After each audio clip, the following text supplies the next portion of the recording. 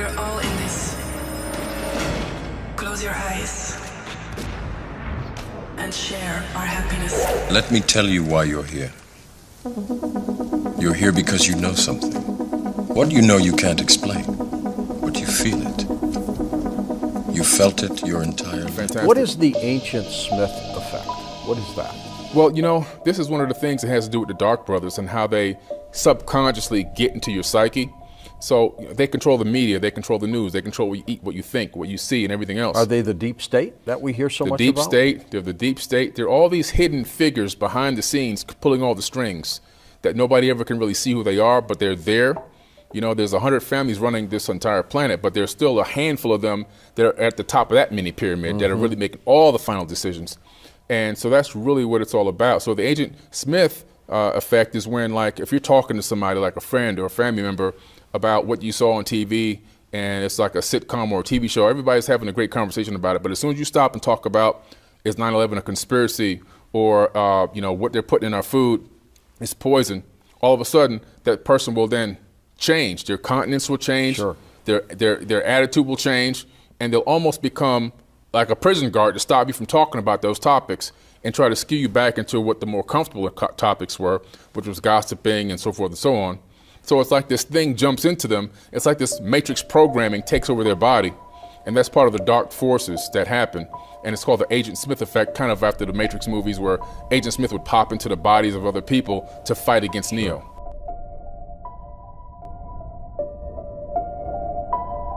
So you've heard of the butterfly effect, and you've heard of the Mandela effect. Have you heard of the Agent Smith effect? And I think it's an important time for us to discuss this, because as we go deeper down the rabbit hole, the comments from some skeptics gets unnecessarily more aggressive. So imagine you could talk about a show or a movie, maybe something like Doctor Who that deals with timelines, maybe a show like Loki that's also dealing with multiple timelines. And it's all fun and games. Wow, what a great show. What an amazing concept. But then the moment that you mention, you know, it is possible that there's multiple timelines, and some of those timelines could have collapsed, and timelines could merge, and potentially people could mess with the timelines in the future that would affect us today. And then all of a sudden, they become glazed over and basically become a prison guard. And now the only thing that matters to them is stopping you from exploring that idea and upholding some type of social obligation to society in some weird way, not even based on their own ideas or opinions. So here we go. In the Matrix, Agent Smith has the ability to enter any body at any time, and that often happens when the Matrix is threatened by Neo. This is reflected in our real world. You mention a conspiracy, and there's Agent Smith to replace the person you were just talking to and to prevent you from threatening the Matrix. These people become guardians of the Matrix, become the enforcers of mind control, indoctrination, and hold together the false concept of reality. And we've all experienced this. Just scroll down and look through my comments. Haha, you're so stupid. No one is more condescending than the person who doesn't freaking get it. Instead of exploring the idea, they will do anything in their power to prevent you from having an idea that makes them uncomfortable. Using tactics like insults, calling them stupid, personal attacks. Let's take a look at my favorite quote from The Matrix. Morpheus says, "The Matrix is a system, Neo, and that system is our enemy. But when you're inside, you look around, what do you see? Businessmen, teachers, lawyers, carpenters, the very minds of the people who we are trying to save. But until you do, these people are a part of that system, and that makes them our enemy. You have to understand, most of these people are not ready to be unplugged, and many of them are so hopelessly dependent on the system that they will fight to protect it." Sure, skepticism can be very healthy. However, aggressive skepticism, Agent Smith. These skeptics are often only hurting themselves. Sure, they want their insults to hurt you, but I'm on the greatest adventure of all time. I live in a universe that is infinite, surrounded by endless possibilities, and a reality that can be molded and changed simply with our thoughts. I can manifest my dreams into reality. Are people that you know serving as agents to keep yourself and others bound into this illusionary matrix that we've created for ourselves? If so, you might be suffering from or a victim to the Mr. Smith effect. Let's talk about it.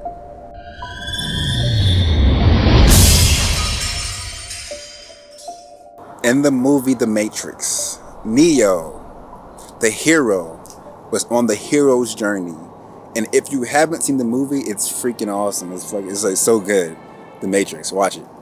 And Neo basically has escaped the Matrix. And in this movie, the Matrix is a system set up where all the humans are attached to this grid where their energy is being extracted to power these technological beings, if you call them, artificial intelligence perhaps.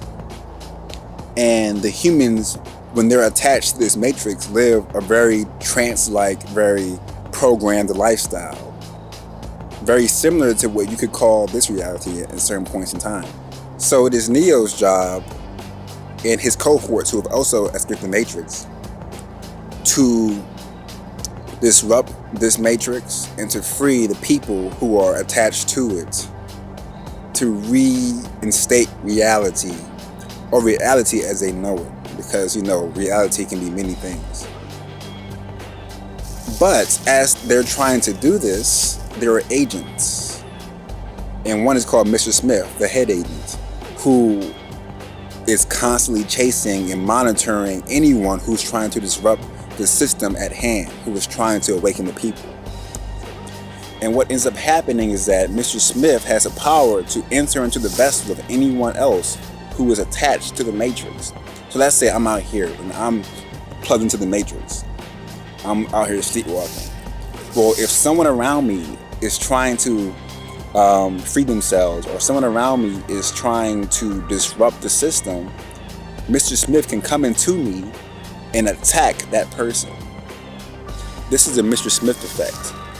It's very powerful because as Neo is trying to unveil his potential, actualize his powers and potentials in this new reality that he is in, Mr. Smith, who's also very powerful because he contains the power of the Matrix, is coming at Neo with all of his might. So this is also happening in our reality right now in many ways. And this is how. Whenever a higher truth, an idea which pushes the boundaries, a perspective which is outside of the norm, is presented, the Agent Smith effect, the Mr. Smith effect, will step in and defend the matrix. It will defend the norm. It will defend the program. And how this works is because the people contain the program. The people serve as the agents. They can be your friend, your family, your coworker, anyone, right? Your lover, your child. But let's say you say, okay, I no longer believe in this religious system because of X, Y, and Z. I've learned this through my experiences, and this is what I have found. Or you can say some conspiracy, right? The banking system is doing this, and this is what's happening.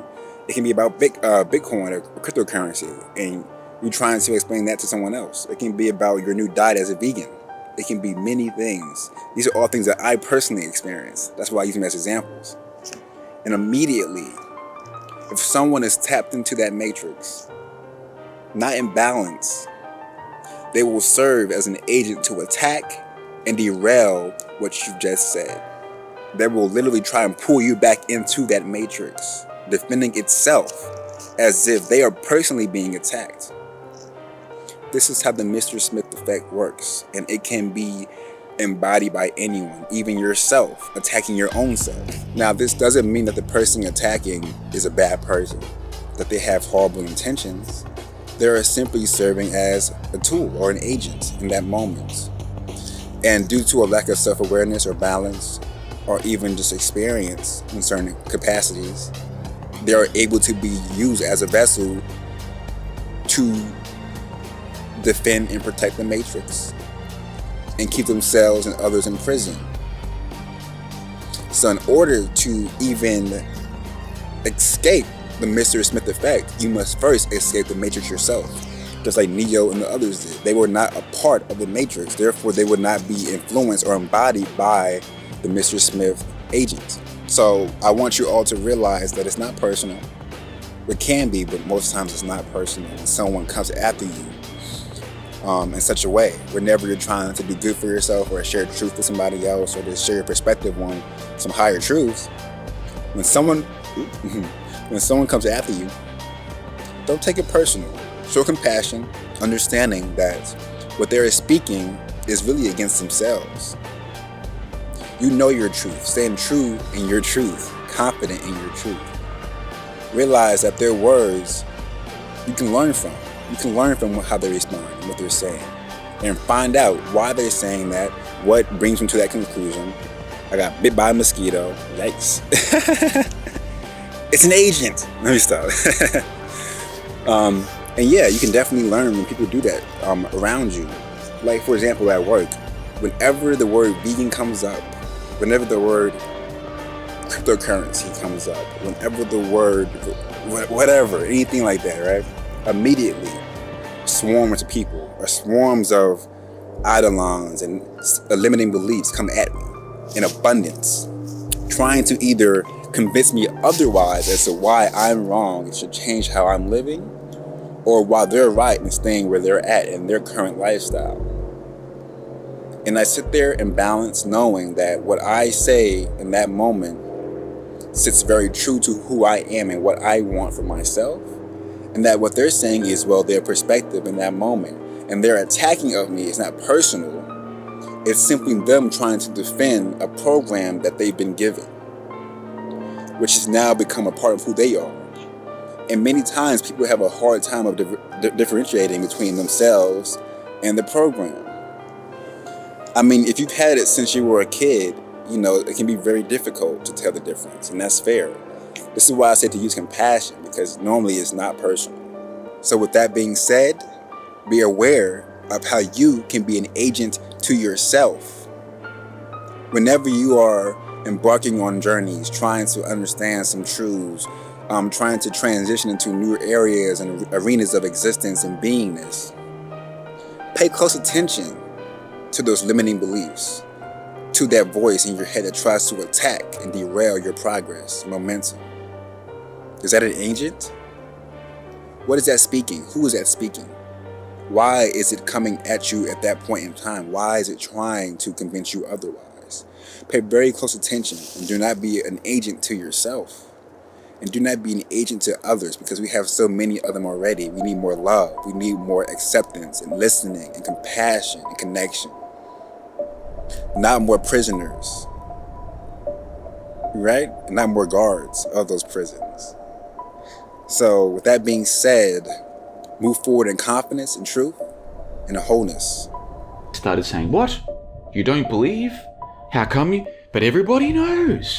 There must be something wrong with you. Have you forgotten to take your medication? Are you a flat earther?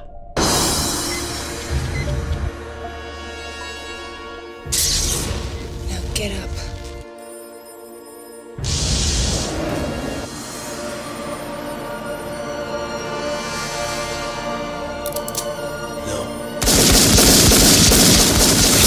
What happens when it actually gets out? The kind of restructuring of society and the system that truthers are looking for, that people know we need, is what can happen and what will happen and what must happen if this truth gets out. Because this is huge. It is the truth. I guarantee anyone who's never heard of this before, look into the flat Earth. The Earth is flat, just like it appears on the horizon. The Earth is motionless, just as you feel motionless. Everything in the sky revolves around us, just as it appears if you look up and use your own eyes, your own senses. Everything that your senses tell you is what's happening. But you've been fed a false system. You've been shown CGI images with a ball Earth with a horizon that curves. You've been shown more CGI images with a ball Earth that spins.